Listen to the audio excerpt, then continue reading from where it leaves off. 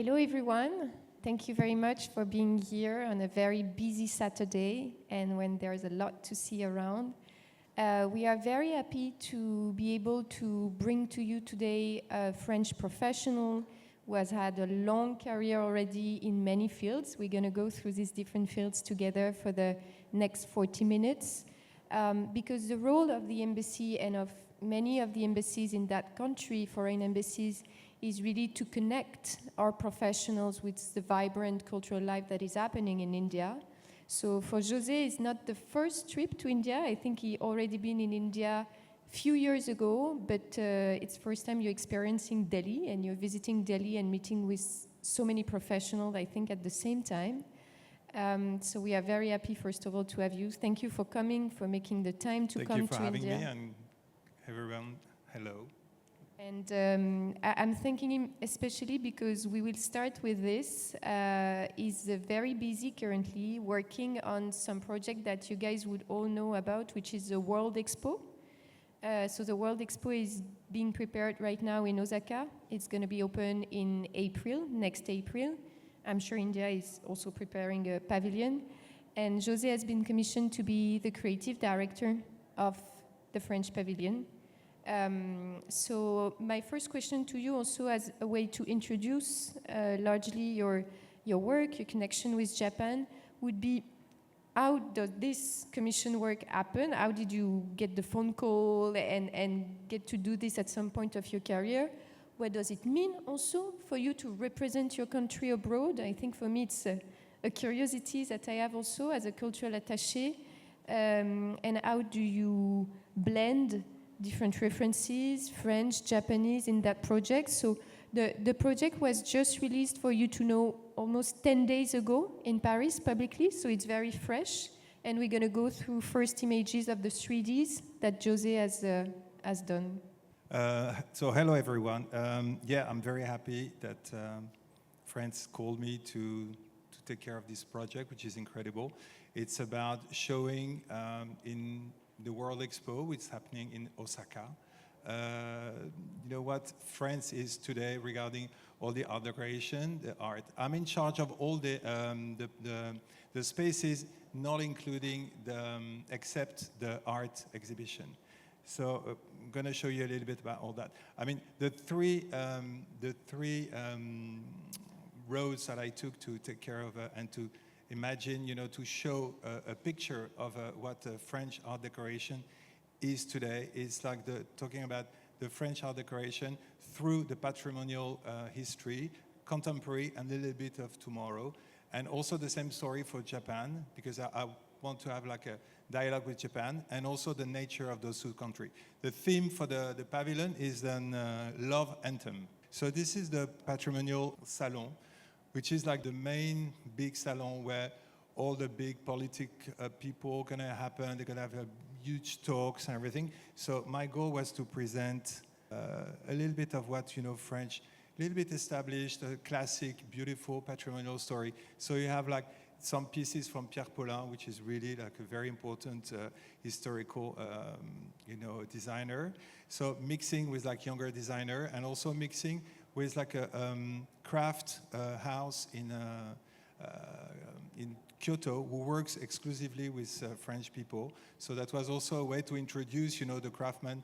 I work a lot with craft and I love craft, and here we have like so many craft incredible that I was very happy to integrate that. But come back to the pavilion. So it was a way also to show the work of French people with Japanese craft. So that was interesting about that. So yeah, here we can just give you an example. We see the Pierre Paulin one, but then we see also the work of Sèvres. Sèvres is the manufacturer of porcelain, like a big institution in France. And I chose, to have this statue. You see the statue next to the screen. The screen has been designed also by Garnier Linker, they are French, with this house, the Kuseido, that I talked about, which is the Japanese one. And in front you have this statue made by Saint-Baron with the statue of Falconet, which is a very institutional, incredible 18th century artist from France. And it's going to be very close to the photo call, where you're going to have all the people. So they're going to have to be able to maybe, move a little bit, because You can't see, but it's on a wheel. So the statue is on a wheel, so it's going to be able to have this statue next to them taking a picture. That's going to be also the salon for the head of the pavilion. And I chose, those seats. Those seats are made by a French incredible company.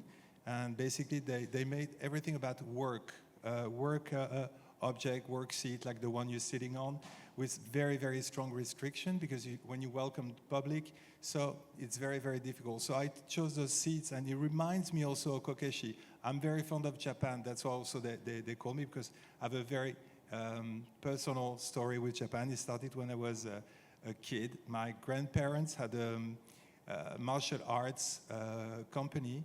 They were selling and importing a machine to make tatami mats in France, and we are early 60s. And basically, they were making tatami mats in France, and they became so popular, they became the supplier for Olympic Games for the tatami mats for 40 years. And also, they were collecting arts, Japanese art, African arts. They were very aware of art, and it was something very intimate when I was a kid to see and experience that, even if at the time I didn't realize it would be so important for me, because when you're a kid, you take everything for granted. You don't really realize how strange the things are or different.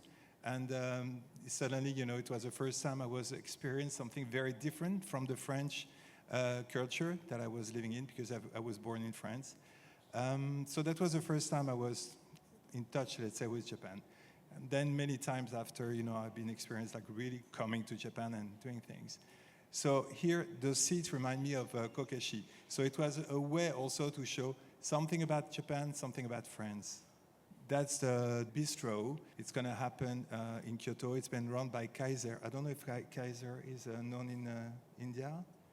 Maybe not. So it's gonna be Kaiser who's going to take care of the restaurant. And it's all a mixture of a wooden golden pavilion, like a Japanese one.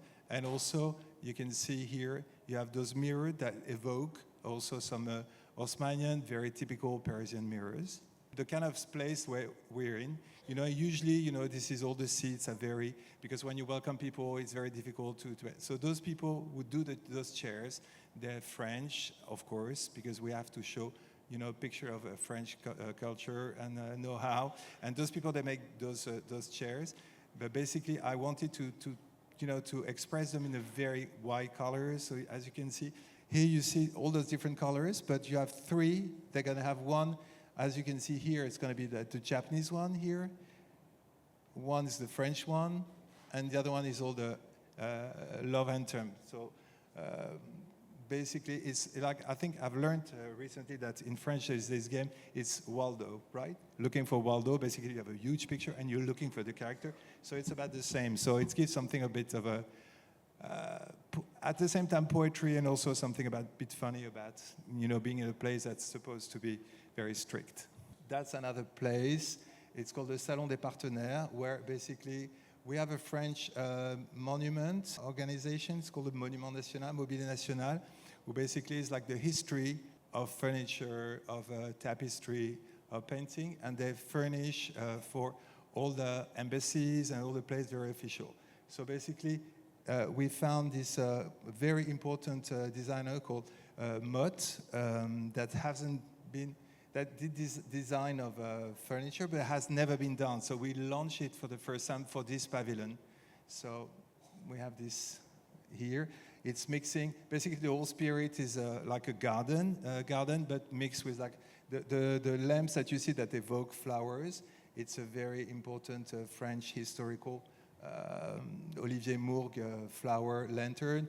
The first one on the front is a young artist designer. We did this, could be evoking a bird. And on the left, you have like a huge mirror of metal. It's metal, but it's golden metal. So it gives this atmosphere. And it's all those flower arrangement by Shuho that I told you about.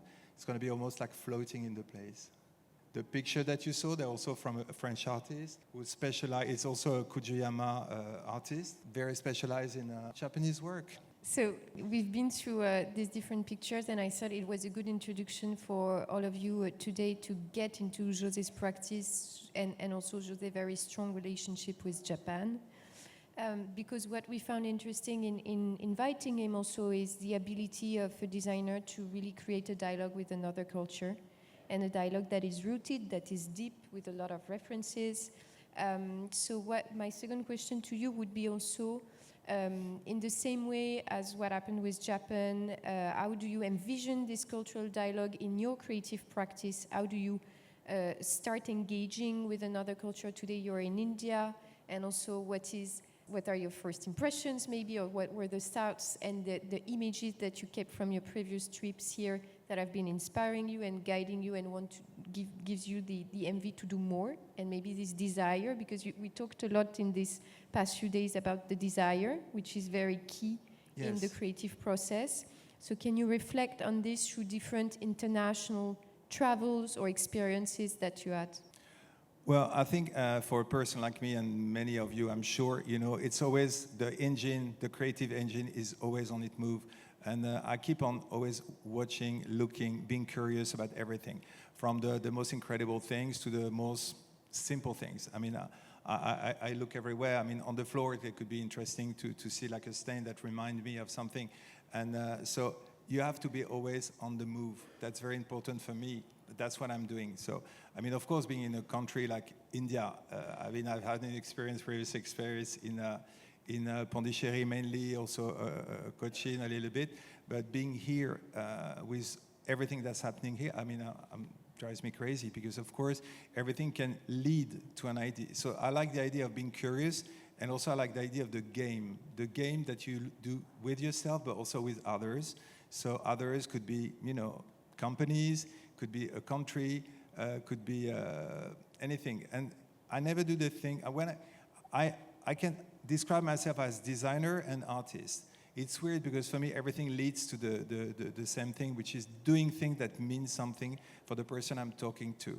I mean, I never do things just for the sake of doing things. I'm doing things when object or collection, when I meet somebody who wants to play with me. And the playfulness for me is very important.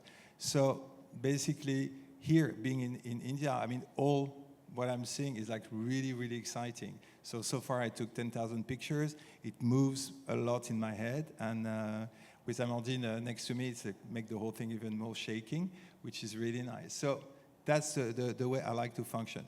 Just to come back to Japan a little bit, that's a project that I did in Japan. I told you a little bit about my grandfather histories and the collection they were having. So basically, the project that I did for this residency that I did, the Villa Kujuyama, was to remember of the object that I was seeing when I was a kid and to transform them on something else. Here you got the samurai. When I was a kid, looking at the samurai was really a weird experience. I mean, we were kind of happy to see it, scared about it. So when I did present this project to the Villa Kujuyama, my idea was to transform the samurai in a paper lantern, using the very incredible von Nebuta. I'm sure you're familiar with the Noguchi lanterns, the paper lanterns, incredible. And I really wanted to experience, to transform the memory of the samurai in a paper lantern. Unfortunately, I could not make it because I couldn't find in France the good craft person. But when the Villa Kujuyama closed down for a renovation, when they reopened, they asked me to take care of the scenography of the reopening of the place, so which I, of course, was really happy to take care of. So instead of having the 3 meters lantern, paper lantern, I made it 7 lantern. And it was almost like a watcher. I put this lantern on the terrace of the Villa Kujuyama, and I called it the watcher, because basically he was watching about the French relation, the Japanese relation, my history, personal history, and my grandfather. So it was many references like that. So what I did for this Villa Kujuyama, I put everything in no lighting, only 500 candles that are lit, and I did the candles with Diptyque. I think he's a partner of ID, and I worked with them a lot. And for this project, I took 500 candles, and it was the only light for the whole place.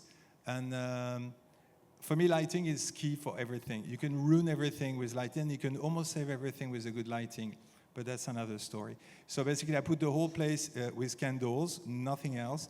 I put this big samurai on the cover, and that was the project. And a few years after, another museum, not a museum because Villa Kujama is a residency, not a museum, but the Musée de la Chasse et de la Nature in Paris asked me to do another samurai.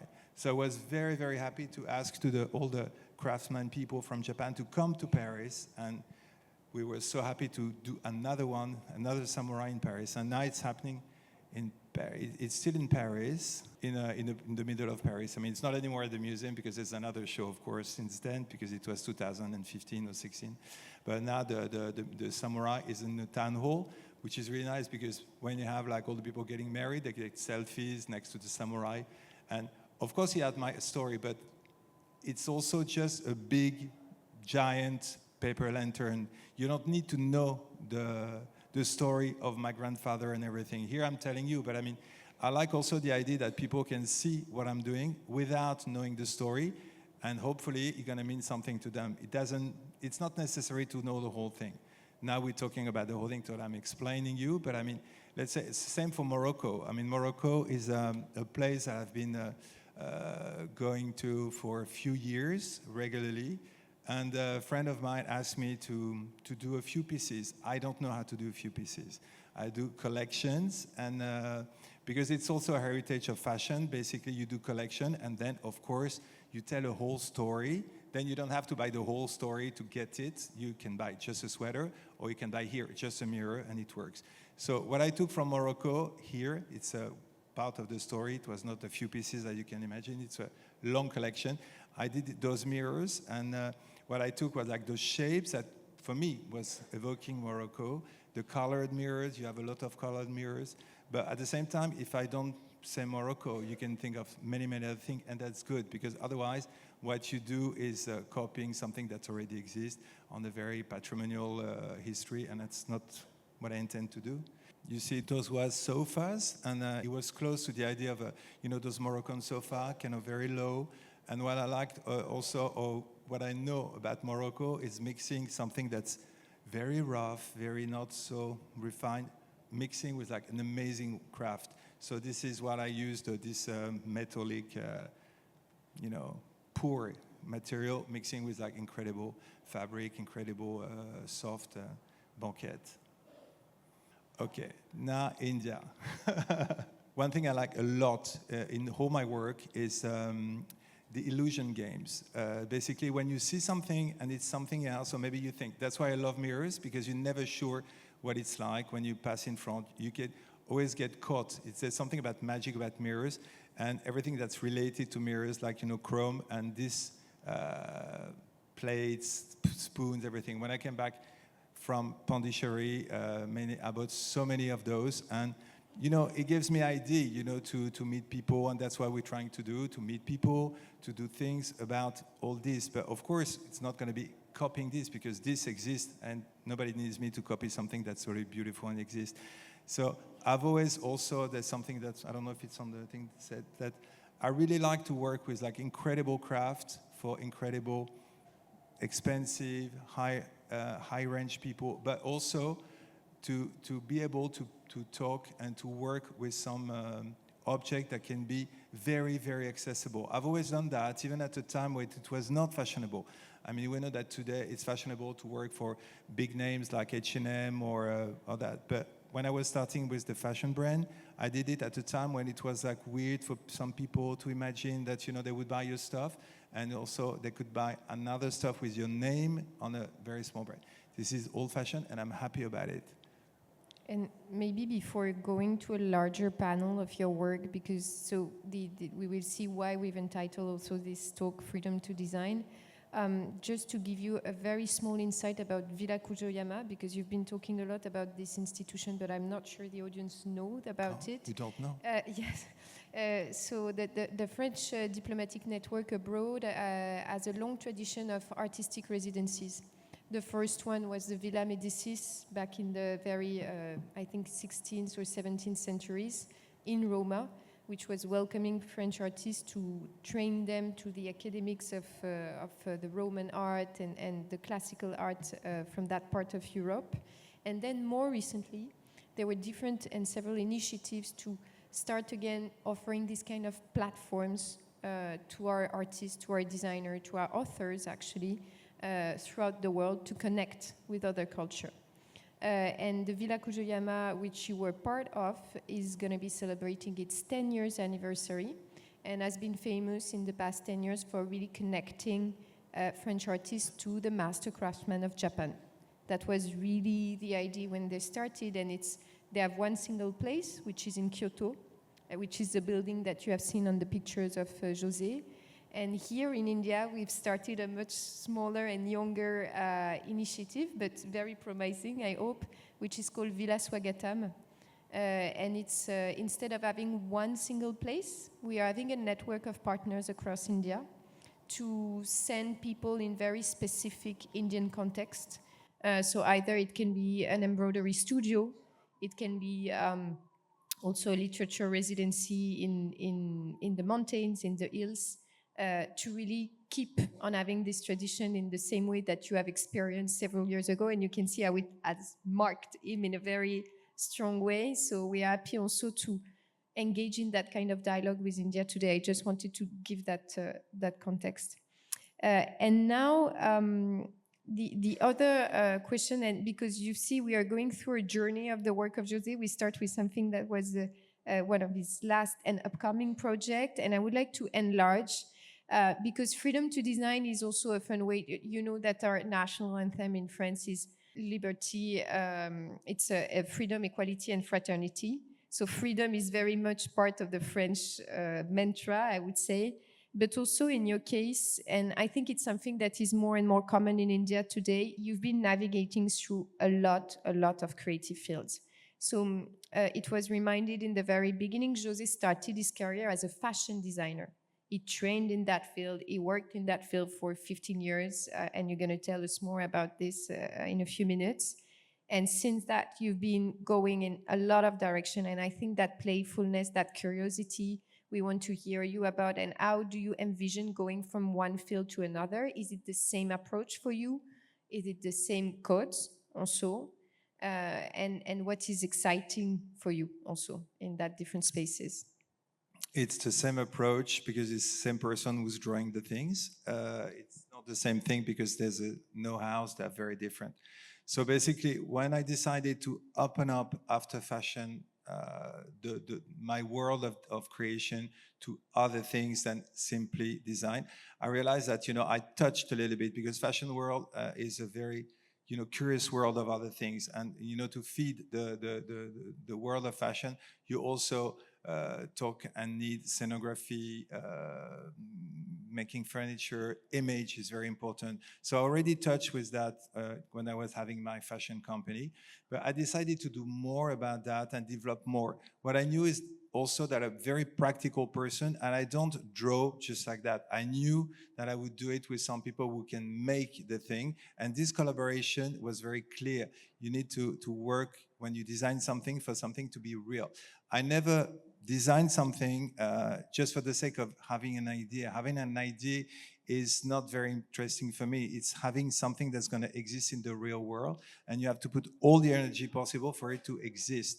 And I usually follow a lot, not usually, all the time actually, follow all the steps to the real thing. So of course I work a lot with the craftsman people. I work a lot also with the marketing, the press, and everything, because everything has to lead to its final point. And final point is to be sold and to be worn, to be used, and to get to the intimacy of the person who decided to buy and to collect the object. Maybe sometimes you don't buy because you cannot afford it, but sometimes at least you have to have something when you look at the object that makes you happy. At least that when you go to see a show, you're not going to buy all the paintings that you see unless you have a lot of money, and it's not in the museum when it's not to sell. But I mean, it's very important for me that what I design exists for real. That's very important. So whenever I do, whatever I do, I always follow. I never draw for the sake of drawing. And when I decide to do a collaboration with someone, it has to be reciproc, the person I'm talking to, the company I have to talk to, the desire has to be on both sides.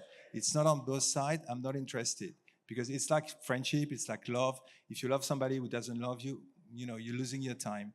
And it's the same for me. When I design, I take a lot of energy designing and need the person in front of me to have the same time. Then we can have problems, of course, sometimes, but at least at the beginning, we want the same thing. So that's very important.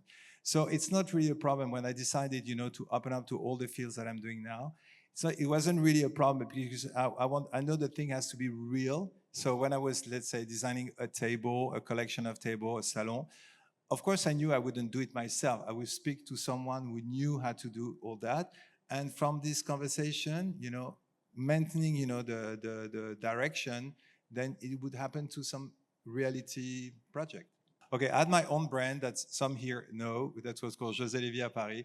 And even in the name was called José Lévy à Paris. I'm called José, and of course, it doesn't sound really French, which I like in a way, because then you have like the idea of José Lévy, of course, it sounds very Jewish, and Paris, it sounds very French. And it's not, in French, when you say José Lévy de Paris, it would mean something like you're pretentious, and basically you take Paris for granted, like you're Yves Saint Laurent de Paris, or those big names.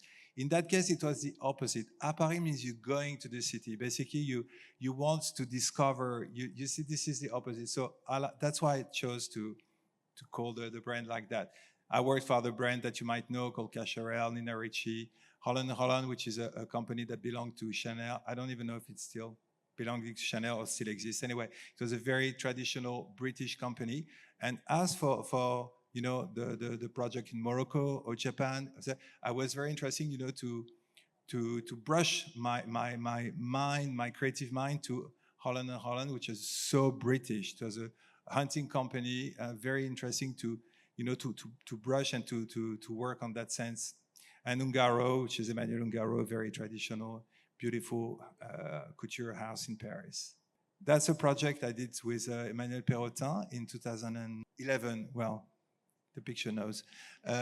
Basically, he was playing on, again, the idea of playing is very interesting for me and very important.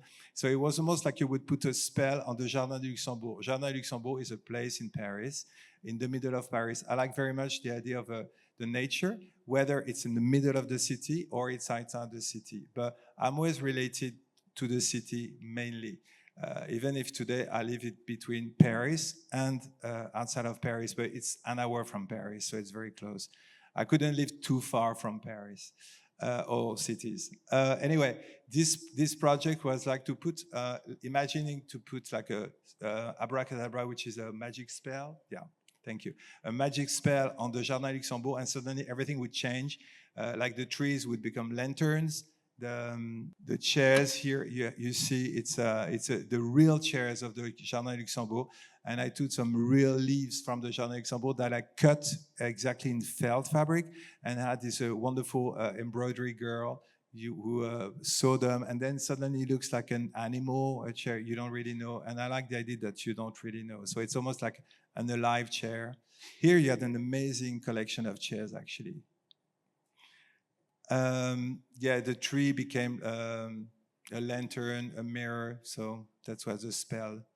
That's a collection, not a collection, that's a collaboration I did with Musée Guimet in Paris, when they invited me to do a conversation between all the pieces that I was doing that could be reminding of an Asian collection, inspiration, and their own collection at the museum. I do places. I love that. So this is a restaurant that I did in Paris.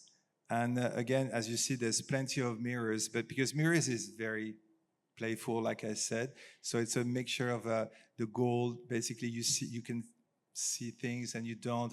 So I took care. And when I usually take care of a project, I look at the vision. So that's why it's like an art direction, but I don't really like when people refer to me as an art director, because art director, very often, they have people to design the furniture, they have people to do the graphics, they have people to do what their vision is. I insist that I design everything myself. I have a staff for the 3Ds and to maintain the thing. On each project, they're very different. but I want to design everything. It's very important for me to be really the one who do the things. I think it's kind of a honesty also. So you've seen what I wanted to show you with this project is that from fashion to an art gallery space, which is what Perrotin is, to an institution, which is Musée Guimet, to a restaurant, that you were able, and you had this, I think, luxury in your career of going from one field to another. So you've understood maybe in what José has said that something that is very important for him is the final person is addressing. And so as you can see that I was very curious in the way on how to navigate between a very luxury high-end product and also a very accessible thing. Because when José was preparing this trip to India, you saw the pictures of the Indian plates that he sent to me on WhatsApp, and he said, I want to do something like that. I want to go in that direction. Who are the people in India making this plate that everyone is using that are very accessible? But at the same time, when you look at your portfolio, you are working with Hermès and all the very luxury high-end brands. So I was very intrigued, I would say, on how you would conceive speaking to such a large spectrum of people. And so maybe we have selection with José 2 projects that we wanted to focus on for the end of this talk, which is your recent collaboration with Hermès. And you're going to tell us more about this project. And then the second one, which was the collaboration with Monoprix. Monoprix, some of you might be familiar with it. It's a retail store in France, which is for everything in the house, from the furniture, also to the clothes, to the beauty. So they are really they cover everything and at a very affordable price. So it's something that everyone would go to access a good design in France. I don't think you have, or it's still developing this kind of retail store in India. I've not found a real equivalent to this, but yes. So I wanted you to maybe explain more about these 2 projects.